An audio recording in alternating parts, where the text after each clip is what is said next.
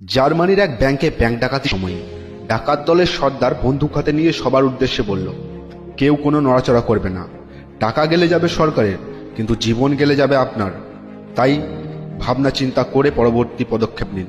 এই কথা শোনার পর সবাই শান্ত হয়ে মাথা নিচু করে চুপচাপ শুয়ে পড়েছিল। এই ব্যাপারটাকে বলে মাইন্ড চেঞ্জিং কনসেপ্ট, অর্থাৎ মানুষের ব্রেনকে তোমার সুবিধা মতো অন্যদিকে কনভার্ট করা। এইবার সবাই যখন শুয়ে পড়েছিল, তখন এক সুন্দরী মহিলার অসাধারণ বশত তার কাপড় কোমর থেকে নিচে নেমে যায়। এমন সময় ডাকাত দলের সর্দার তার দিকে তাকিয়ে চিৎকার করে বলে উঠল, আপনার কাপড় ঠিক করুন, আমরা এখানে ব্যাংক ডাকাতি করতে এসেছি, রেপ করতে আসিনি। এই ব্যাপারটাকে বলে বিঙ্গিং প্রফেশনাল, অর্থাৎ তুমি যেটা করতে এসেছো সেটাই করো, যতই প্রলোভন থাকুক না কেন, অন্যদিকে মনোযোগ দেওয়া যাবে না। যখন ডাকাতরা ডাকাতি করে তাদের আস্তানায় ফিরে গেল, তখন MBA পাস করা ছোট্ট ডাকাত 6 ফেল করা ডাকাত সর্দারকে বলল, চলুন এবার টাকাগুলো গুনে ফেলি।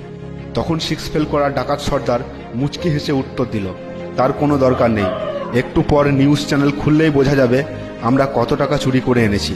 এই ব্যাপারটাকে বলে এক্সপিরিয়েন্স। অভিজ্ঞতা যে গুতানুগাতিক সার্টিফিকেটের বাইরে গিয়েও কাজ করতে পারে, এটা তার উৎকৃষ্ট প্রমাণ। কিছু সময় পর টিভিতে রিপোর্ট এলো, ব্যাংক ডাকাতিতে 100 মিলিয়ন টাকা লোপাট। ডাকাতরা সেই খবর দেখে বারবার টাকা গুনেও 20 মিলিয়নের বেশি টাকা পেল না। ডাকাত সর্দার রেগে গিয়ে বলল, শালা আমরা জীবনের ঝুঁকি নিয়ে এত কিছু করলাম আর মাত্র 20 মিলিয়ন, আর ব্যাংকের ম্যানেজার এক কলমের খোঁচাতেই 80 মিলিয়ন টাকা গায়েব করে দিল। শালা চোর ডাকাত না হয়ে পড়াশোনা করলেই তো বেশি লাভ হতো। এই ব্যাপারটাকে বলে কি knowledge is worth as much as gold, অর্থাৎ 80-র চেয়ে মাসি বড়। ব্যাংক ম্যানেজার মন খুলে হাসছে, কেননা তার লাভ হয়েছে 80 মিলিয়ন। 70 মিলিয়ন টাকার গড়মিল করেও 10 মিলিয়ন টাকা এই সুযোগে পকেটে ঢুকিয়ে নিয়েছে। এই ব্যাপারটাকে বলে seizing the opportunity during of the risk, অর্থাৎ সুযোগ থাকলে তাকে কাজে লাগাও। আমি ছিলাম মোটিভেশনাল স্পিকে সাগরদীপ গড়াই।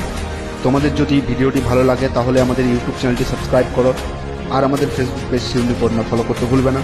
ভিডিওটি কেমন লেগেছে অবশ্যই কমেন্ট করে জানিও, কেননা এইসব কি নলেজের ভিডিও আমি আপলোড করতে থাকি, তোমাদের কমেন্ট পেয়েই তোমাদের উৎসাহ দিই।